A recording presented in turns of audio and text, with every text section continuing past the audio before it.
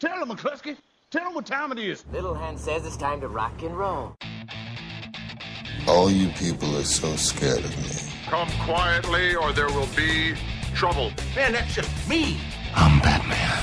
This is Sparta! There is a tiger in the bathroom! I'm an excellent driver. If it bleeds, we can kill it. Pop quiz, hotshot. Keep the change, you filthy animal.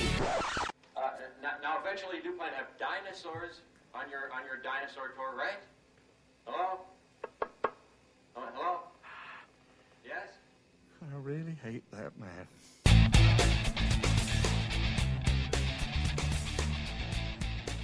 Hello and welcome back to this week's Monday Movie Show, to the DVD and Blu-Ray part of the show, in which we'll have the UK DVD and Blu-Ray top 10 and reviews of these movies. Yeah, we have the big screen. It is the big screen debut, isn't it? They've not done a big screen film before. Not to my knowledge of the Sweeney. Of the Sweeney. I know there was a TV movie, but I don't think there was a big screen. But it's the big screen debut of the Sweeney. Zach Galifianakis and Will Ferrell go head-to-head in the campaign. You've got horror film presented by... my mind's gone blank. The Possession. Yeah, I can't remember who it is either.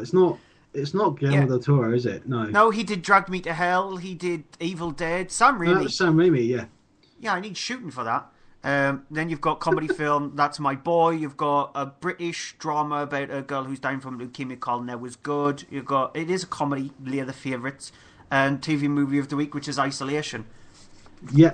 Before that, though, we'll go straight into the DVD and Blu-ray top 10, and with a quick mention of number 12, London 2012 Olympic Games is no longer in the top 10.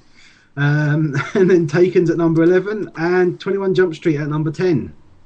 Yeah, it's probably getting sold for like £5. I know that if you go into HMV at the moment, which they've gone into administration, they've got a Blue Cross sale on, and that's one of the films that has got a 25% extra off the price of it. I was in there, and I think I did see it for that. You can get it for about $7.50 on Blu-ray, but I was buying something else at the time, so I didn't get it. I think you can get it for around about £3.50, £3.75 on DVD at HMV at the moment because of the Blue Cross sale that they've got with them having troubles that they have. So it's a funny film. It's one of the only comedies that I did laugh at last year, apart from there was that and Ted. They were the only two comedies that I found really funny, and I liked it. Number 9 is still hanging around, is The Dark Knight Rises. Yeah, a film that everybody absolutely despises. It's the worst film ever made. I'm kidding. It's surprising that it's dropped down this much. It was last week's number 1. Yeah, it's a good film, but it's only a good film. I wouldn't have classed it as a fully fitting end to the trilogy, but it's just the fact that the more you watch it, the more you'll pick at it, the more you'll sort of like find the problems with the film. But it's still a brilliant trilogy, what Christopher Nolan's done with the Batman films, considering the previous Batman movies. Oh, yeah. Were quite bad. At number 8, this will be interesting, Rock of Ages. Now, Les Miserables was number 1 in the box office top 10, and I do have a problem with musicals of sorts, and I really liked Les Miserables. I thought it was an interesting film. This one, I just didn't like it whatsoever.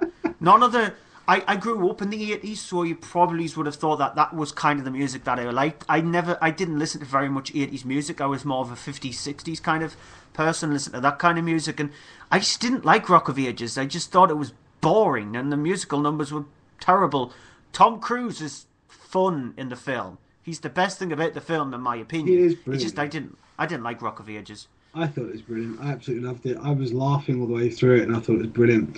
And number 7 is Prometheus. The sci-fi film that gets slated the most. I was surprised to hear that Prometheus wasn't the most disappointed film of last year from people, because considering that the amount of derision that it got. But it is still a really good film. Take out the fact that it's an alien movie out of your mind, apart from the last scene of the film, and then you'll really enjoy Prometheus. Watch it as a standalone science fiction film, and then analyse it as an alien film after that. Not go into it and thinking it's an alien film. Little spoiler alert for people there. And number 6 is Avengers Assemble. Yeah, Avengers Assemble was the film that was voted the most disappointing movie of last year, which I don't know how the hell it managed to get that. I don't agree with that at all. 85% of New York Times readers thought it was the most disappointing film, and they went with New York Times readers. Okay. Shows you the caliber. But I would Avengers think- Assemble is a good film. I would think, as much as I enjoyed this, that the number 5 film would probably be more disappointing to people. It's Total Recall.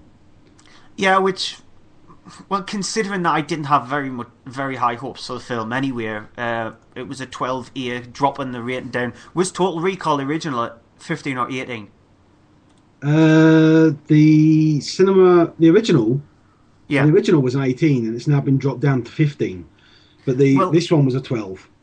Yeah, considering how violent that is, Yeah. the original, this one is just nothing anywhere near it, and I think it's down to the 12-year rating. You can get away with a lot now with a 12-year rating.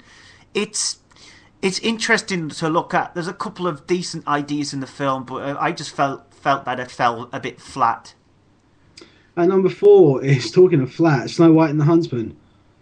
Yeah, it's interesting that at the Oscars, a lot of these films that we find quite rubbish seem to get nods in the technical areas, and that's the only time where they'll ever get awards. They'll never get awards in the made big areas, but when you look at the big areas, there's directors and things like that which are absent from some of the categories, and Snow White and the Huntsman should not get any recognition for anything ever. Even Charlize Theron, who really hams it up in this movie. She's probably the best thing about the film. She is, because Kristen Stewart is just a plank of wood. She only has one facial expression, and that's just like her normal face.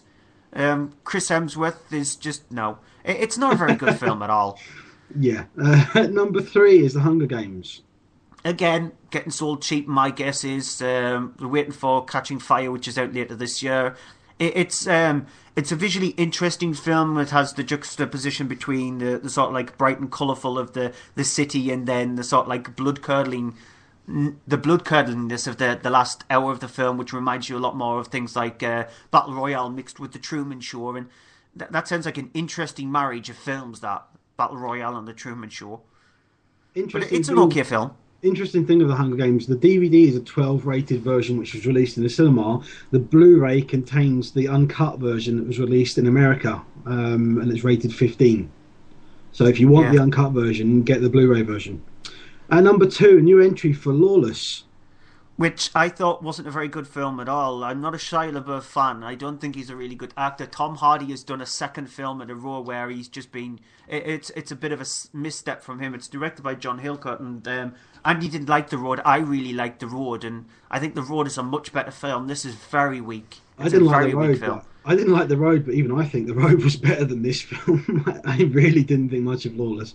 And the highest new entry at number 1 this week is Dredd. Or Dredd 3D.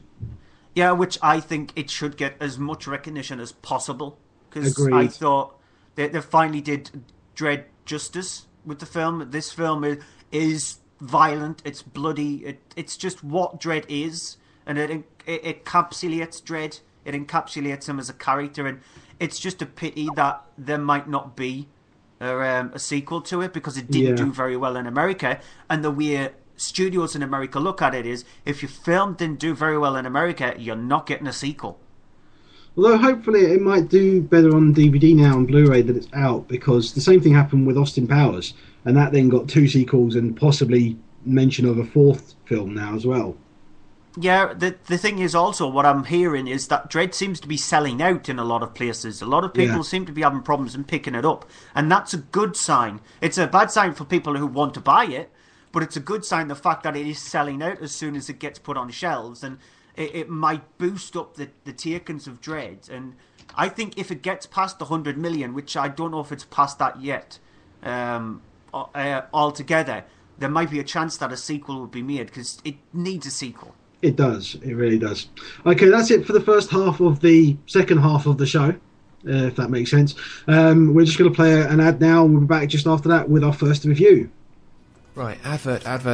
What do I need to say in an advert? Well, I need to say that we're the Gamescast. I need to say that we're on Twitter at the Gamescast. I need to say we're on Facebook. I need to say we've got a website, thegamescast.com, and I need to say we're on YouTube. Oh yeah, and we're on this thing called Spreaker.com. Don't know where that came from. What else? That's probably it. Right, better record it. Oh, crap. That was 30 seconds. The Gamescast. Grown-up gamers talking about games. Allegedly. Okay, so that's the Gamescast, who are also on Friday nights. Check out their website, thegamescast.com. You'll be able to get details on there and listen back to their show as well. So let's go on to our first DVD and Blu-ray review. Yep, it's for The Sweeney. It's directed by Nick Love. This stars Ray Winston as the lead role as Jack Reagan, and his partner played by Ben Drew, who plays George Carter. And the opening of the film sees this sort of like factory being raided, and the flying squad, which is headed up by Jack Reagan, stops them, apprehends them. It discovers that they were trying to steal a big bunch of gold. These gold sort of like they look like medallions, but more flatter versions of gold bars. And so they were trying to steal that. They get back to the flying squad headquarters, thinking that they've done really well, because sort of Jack is a really cocky character. Reagan is sort of like really up himself. He thinks he's the best thing since sliced bread, and you can see that when they have a drink together after celebrating the bust that they've done. However, something might have occurred where Reagan might have done something unscrupulous with some of the gold bars. He might have snuck a few out, and he might have given them to somebody. And so the flying squad is put under observation by one of the sort of like higher ups, who think that what the flying squad do is, yes, they do their job, but the way they apprehend the criminals in the job is sort of like unruly and much more harsher than they should be doing. And so they get put under observation. They are trying to track down this group of people who are raiding jewelry shops and places like that, banks also, because they think that it's causing a hell of a lot of trouble across London. Here's a clip. I will have the prawn cocktail for starters, then beef lasagna, some chips and some garlic bread, please. Eat them for two. Oh, I'll have the deep fried brie to start, and then the roast loin of pork and a side of chips. Can I get some mayonnaise with that as well? I will have some whitebait, some tiny little fishes with little miserable looks on their face. Yes, darling. We had in Greece. Yeah. I like them. We had them in Greece. I'll have some of them. I also have rigatoni meatballs. Can I have veal escalope on the side? God, starving. Bit of garlic bread, I think. Yeah. What are you having?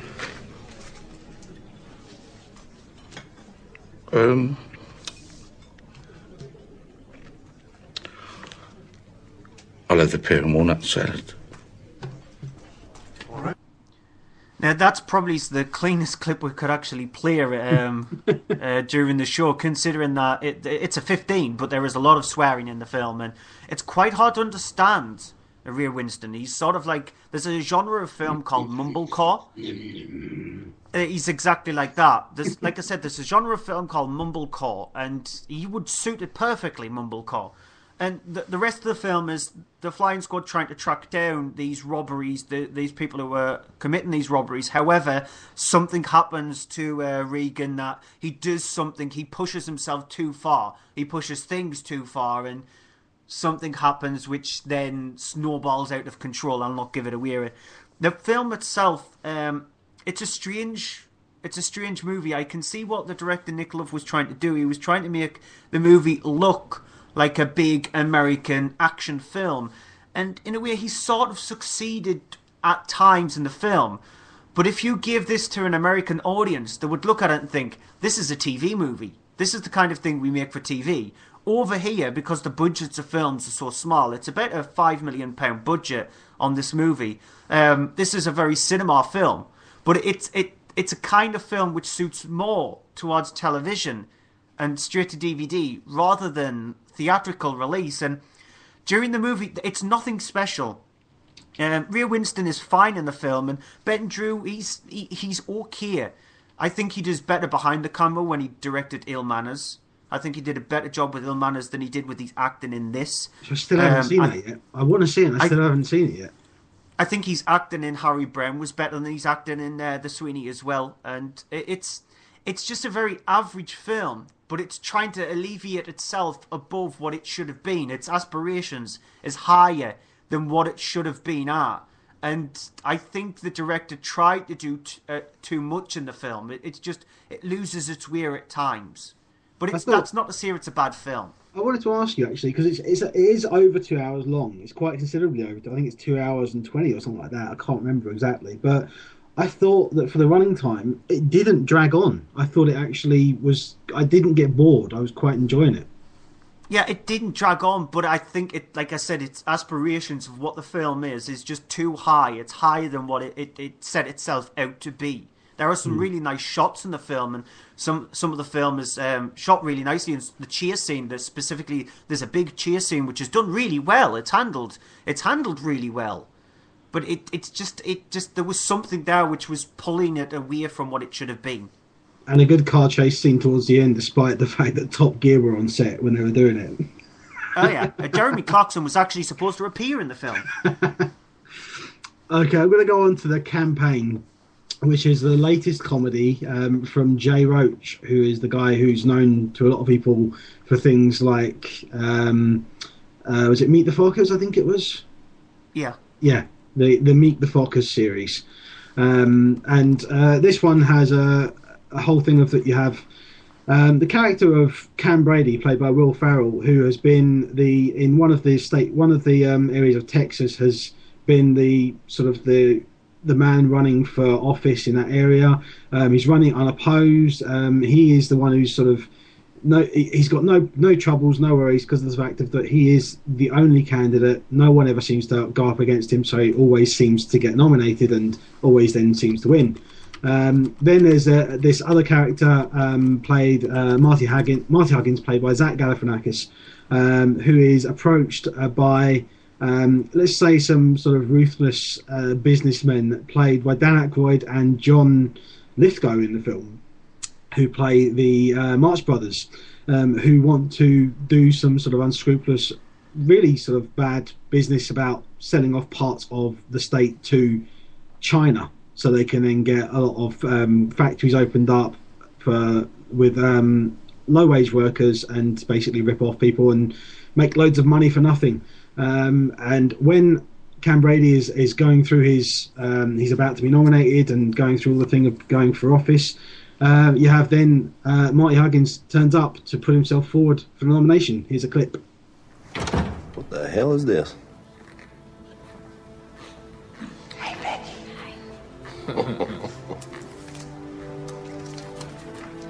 Hello, my name is Marty Sylvester Huggins, and I'm here today to formally announce my candidacy on the Republican ticket for the 14th District for Congressman. I have my check and my application and my birth certificate all right here. Wait, what? Hold on. What's going on here? Hold on a second, Cam. Let me take a look at this. All this paperwork is here. Marty Huggins is officially on the ballot running for congressional representative of the 14th District of North Carolina. Are you kidding me? Hey, come on, Carl. Is this some kind of joke? Come on, Carl. Well, they're going to want to get to know you now that you're challenging our 4-term congressman. How do you expect to do that? Did I say that again?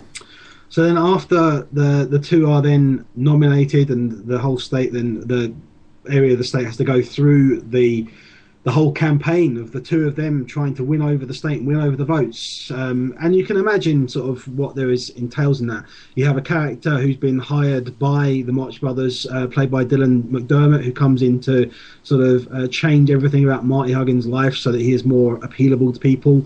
And you have the character of Mitch, played by Jason Sudeikis, who is the guy running the campaign for Cam Brady. And Cam Brady is not necessarily one of the cleanest and most easily sellable people, because of rather, elements that are in the film that you'll see if you see it. I'm going to suggest, though, that you don't, because honestly, I have seen things like watching paint on roads dry, which is funnier than this film. I was just so bored during this film. I couldn't believe it. I'm not kidding. I'm being serious. I actually fell asleep for 5 minutes at one point. I've never done that in a film for ages, and it was so boring and awful considering the cast, the people involved, and I mean, you've even got Brian Cox in there playing Zach Galifianakis' father, And he does have a couple of moments in it which did make me giggle because of the fact that he's just like, he hates his son, he's embarrassed by him, and he's just always taking the mickey out of him and saying horrible things to him. And even that can't save this film. It's just appallingly awful. Jay Roach has completely fallen from... I mean, well, we've seen his track record. Meet the Fockers was okay. No, Meet the Parents was okay. Meet the Fockers was... and then Meet the Little Fockers was just absolutely horrendous. And he's just continuing that downward slope. It's awful. It's horrible.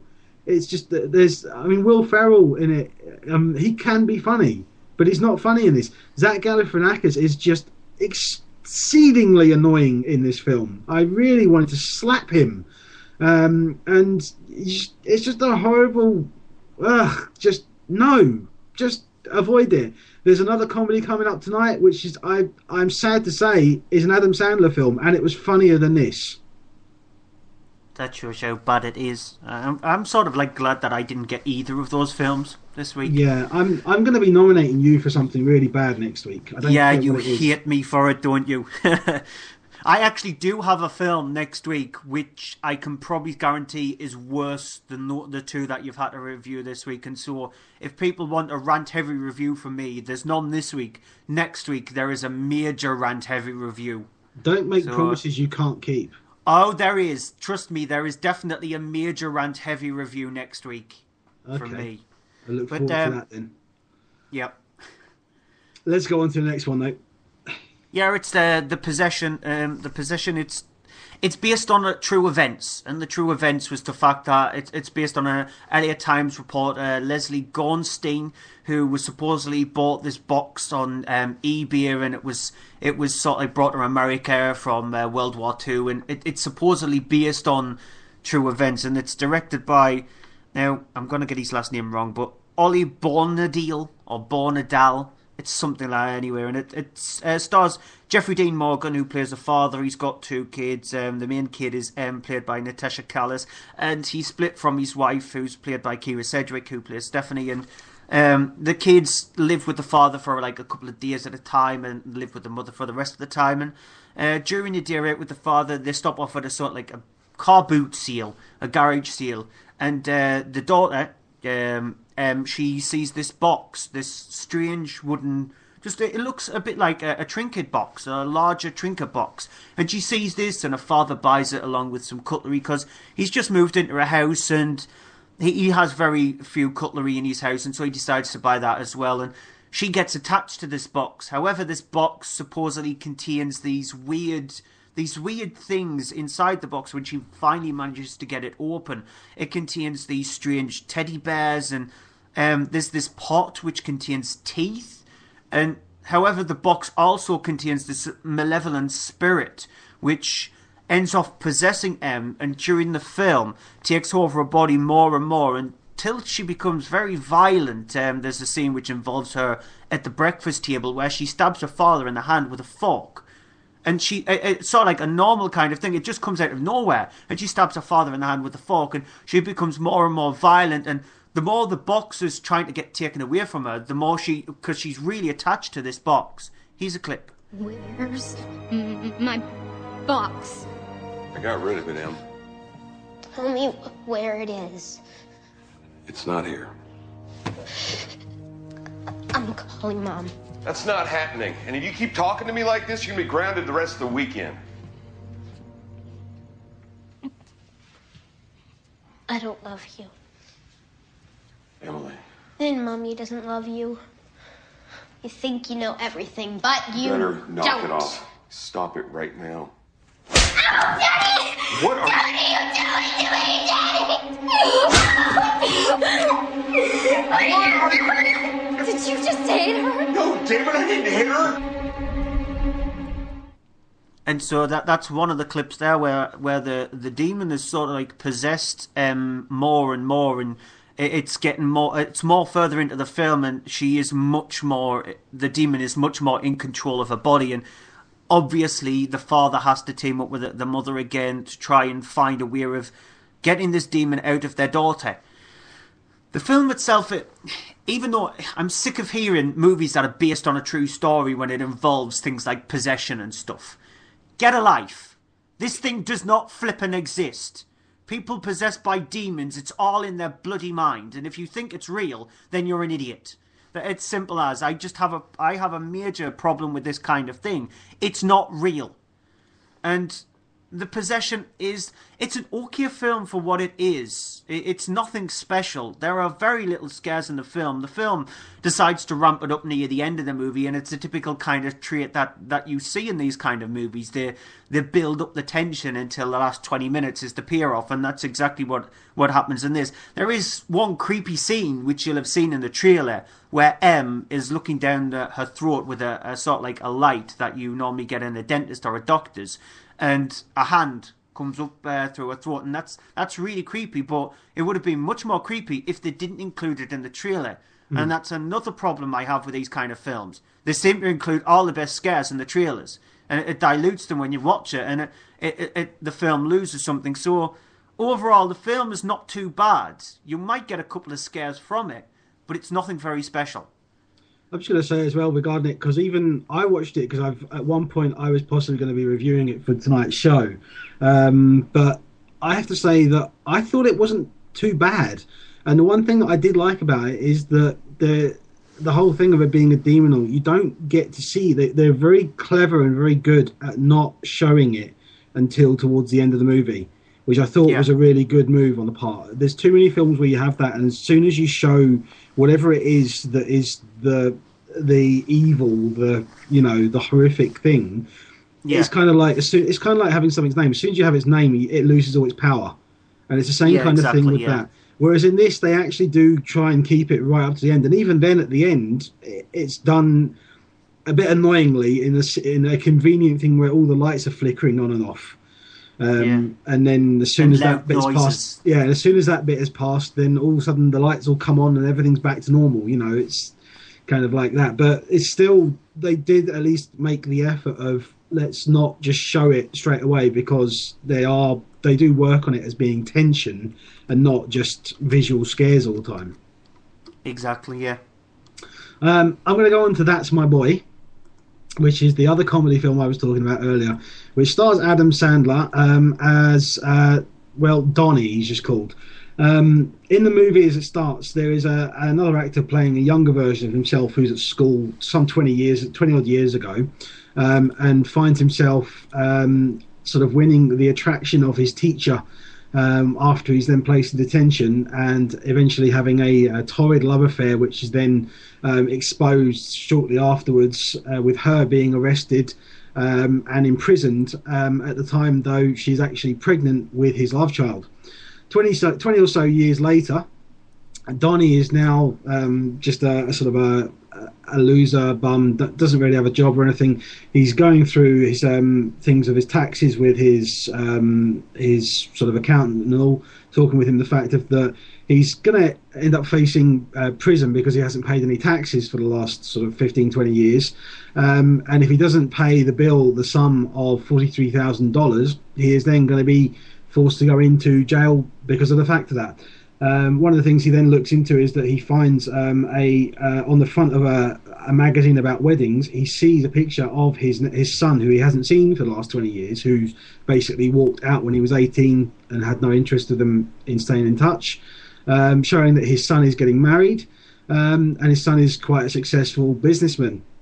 So he decides that he is going to go to see his son, as he's made a deal with a local TV reporter, that if they can get the three of them together, him, his son, and the woman, the teacher from his school who is still in prison, all sort of meet up together and have like a TV thing for them all together, he'll then get paid $50,000 and be able to pay off his debt and not go to jail. Here's a clip. I basically had to raise myself. I don't know how to swim. I never even learned how to ride a bike. What about Mr. Mitty? Remember him? What? No, what's that? Mr. Mitty, I used to put an oven mitt in my hand. He would cheer you up all the time when you were sad. Don't be upset, young man. I'm your best friend. Even though I'm an oven mitt. No, I don't remember that, okay? You know what I do remember? You making me drive you home from the beach because you got too drunk. It makes sense to me. When somebody's hammered, they have another guy drive home. I was 8. Okay, so you have the whole thing of him meeting up with his son, who is played by Andy Samberg. You have sort of the two of them when they meet up, and he ends up agreeing to him hanging around, but pretending to be just his friend from when he was younger, and not admitting to being his father, who he's told everyone is dead.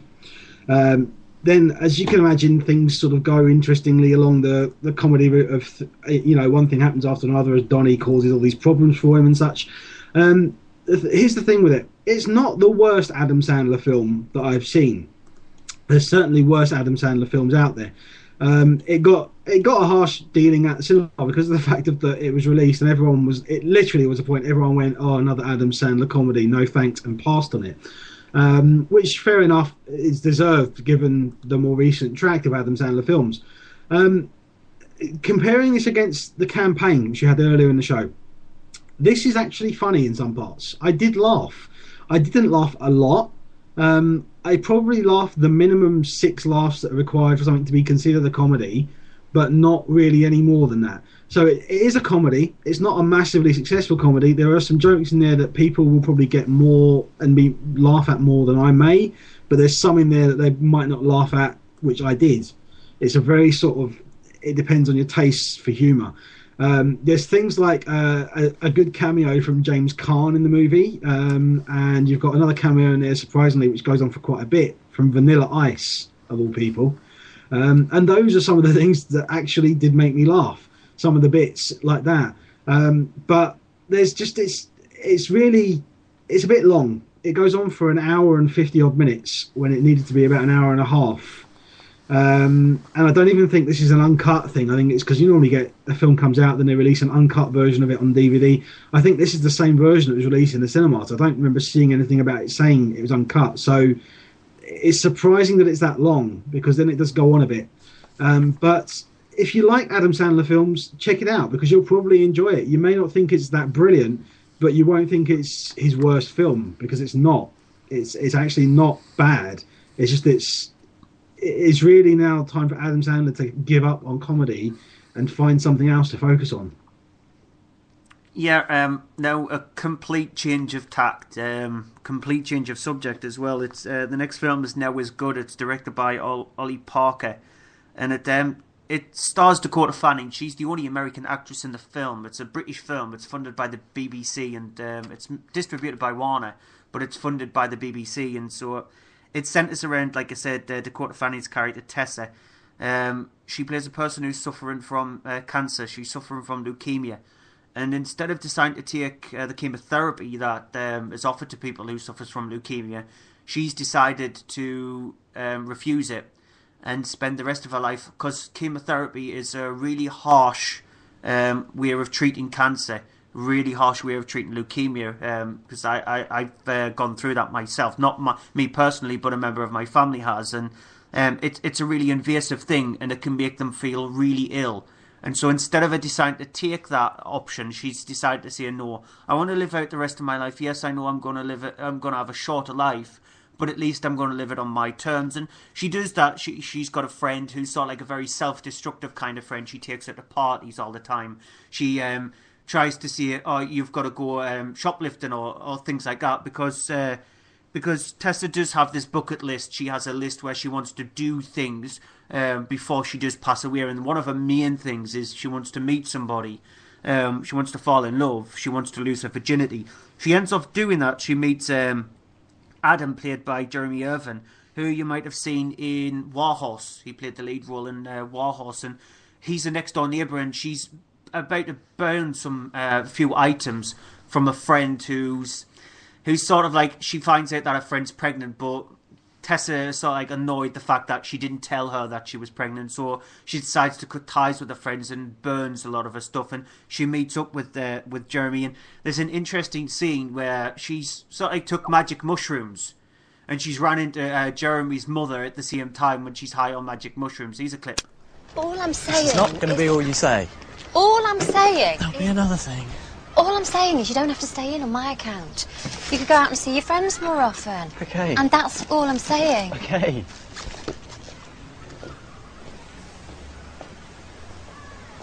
I was just taking drugs. Excellent. Have you met my mum? Hi. Mushrooms is all I did, which are natural, if not strictly legal. My friend did buy some ketamine, but she thought the dealer was a bit skanky, so we've gone with the shrooms instead. See you inside. That went well. I thought so. And so during the film, Tessa has a sort of like a really bad relationship with her father, who's played by Paddy Considine, and sort of like everything that he sees, she does the opposite. She just wants to live the last part of her life the way she wants to live it, rather than it being dictated the way she should be, like treated like a normal teenager, like nothing's wrong.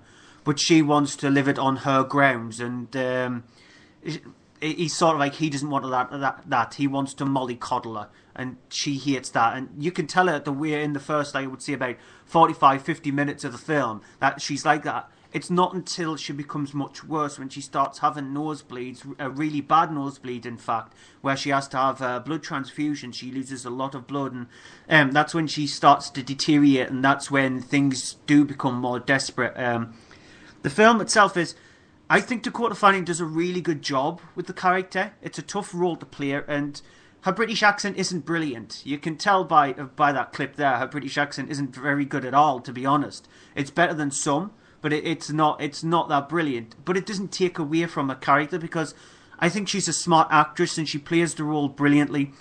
I did nearly burst into tears myself, because, like I said, I have gone through this, and if you've got members of family who have gone through this, or if you've got a member of the family who is going through this at the moment, this movie will pull at your heartstrings, because it is a tough subject. And when you do see her sort of like slowly dying, you really do feel sorry for her, and it really does get at you. And so it's a really well acted film. It's a nice little drama, and I actually quite liked it. It's a good little film. I recommend it.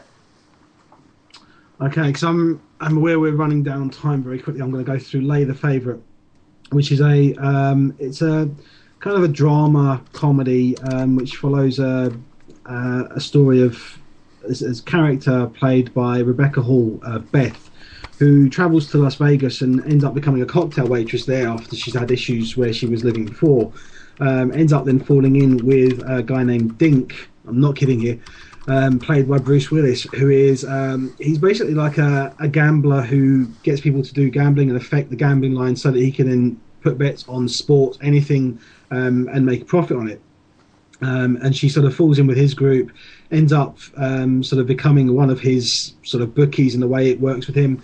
And it's all sort of focusing her life as she then goes through doing this with him, dealing with other areas and other places that are outside of Las Vegas where you're not allowed to gamble and such, where it's illegal, including a character who she meets played by Vince Vaughn. That should sort of tell you quite a lot of what to expect with this film. It's a fairly okay drama, but it's really, I mean, Rebecca Hall is the best thing in it. I didn't recognise her at first when I saw it. I thought she was perfectly fine in the film. But it's a real surprise to see. I mean, you've got Bruce Willis in there, you've got Catherine Zeta-Jones in it, you've got Joshua Jackson, and it's a fairly impressive cast with a fairly unimpressive movie, unimpressive story, and it is a TV movie. It basically is a TV movie. It should be better than this with that cast, and unfortunately, it's not. So it's worth checking out if you want to see. For the cast, if you're a fan of any of these particular actors or actresses. But other than that, really, it's not that brilliant and it's not that worth checking out. Maybe wait till it's on television and fill in sort of 90 minutes, because then you'll probably find okay, that was not bad for a TV movie. But for a DVD or a cinematic film, not really worth it, unfortunately. Quickly to DVD and, the TV movie of the week. Yeah, the TV movie of the week is it's a film called Isolation. It's shown on Film 4 at 12:20 late Thursday night, early Friday morning. I just thought I would actually put it that way because it's more closer to Thursday night. It's a small little Irish-British horror film, and it centres around this parasite that infects this farmer's cattle, and horrible, weird things happen. It's a horror film that completely went above everybody's heads. It's a film that came out of nowhere. And I think it's a charming little, sort of like, it's quite gruesome at times. And it is quite sort of like skin crawling at times. But it is one of those films that I really enjoyed, and very few people have heard of it. And it's a pity, because it is that rare little horror film that tries something a little bit different. But on the opposite side of that, because Andy had 2 last week, and so I saw this American History X. I've had it as a DVD alternative before, but American History X is on ITV4 on Saturday at 11:35, and I highly recommend American History X. It's Edward Norton and Edward Furlong's best acting by far. I don't know about Edward Norton. Edward Furlong, definitely. No, I think it is Edward Norton's best acting by far. A very harsh film, though. Be sure to have stomachs set to very, very strong for watching the movie. It's an interesting double bill, that, because you will need strong stomachs for isolation.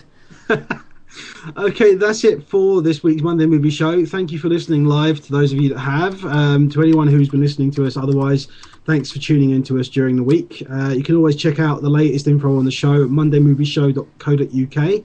Feel free to check out our friends' sites. As you heard the ads during the show, you've got lolacourse.co.uk and you've got thegamescast.com. There's also followingthenerd.com. They're a good friend of ours, Mark, who runs that show on Thursday nights at 9 o'clock from their site.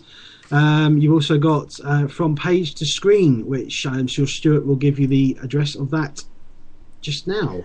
Yeah, I can't remember it. Sorry, Stuart, the other Stuart who does From Page to Screen. I can't remember it. Is it page and the number 2 screen.co.uk or .com, something like that? It's something like, just follow him on Twitter, From Page to Screen on Twitter, and you'll find out details. Just before we do anything else, US Danny Dyer fan, I will give you a warning. Once Stuart has put up the podcast, there is a certain actor who I slate a little bit. You might be a bit annoyed with me when you do hear it. I do stick up for him at times. No. That's a really bad impression of him. I do stick up for him at times, but I do slate him a little bit, and it's only in my opinion. It's an honest opinion about the kind of roles that he's been given and what he chooses. So I'm sorry for that. Just a preemptive sorry. Yeah, just see if she unfriends you during the week. I'm probably going to get like death threats from her now or something. That's the show, though. Thanks for listening if you have been. And as I said, check out the site, because hopefully you'll be getting a lot more things put up on the site in the coming weeks than we have recently, which I'm going to start off with. Shortly after the show, I'm going to go on there and put up the latest trailer for Red 2. So thanks for listening to us, and we will see you next Monday at 7:30. Till then, bye-bye.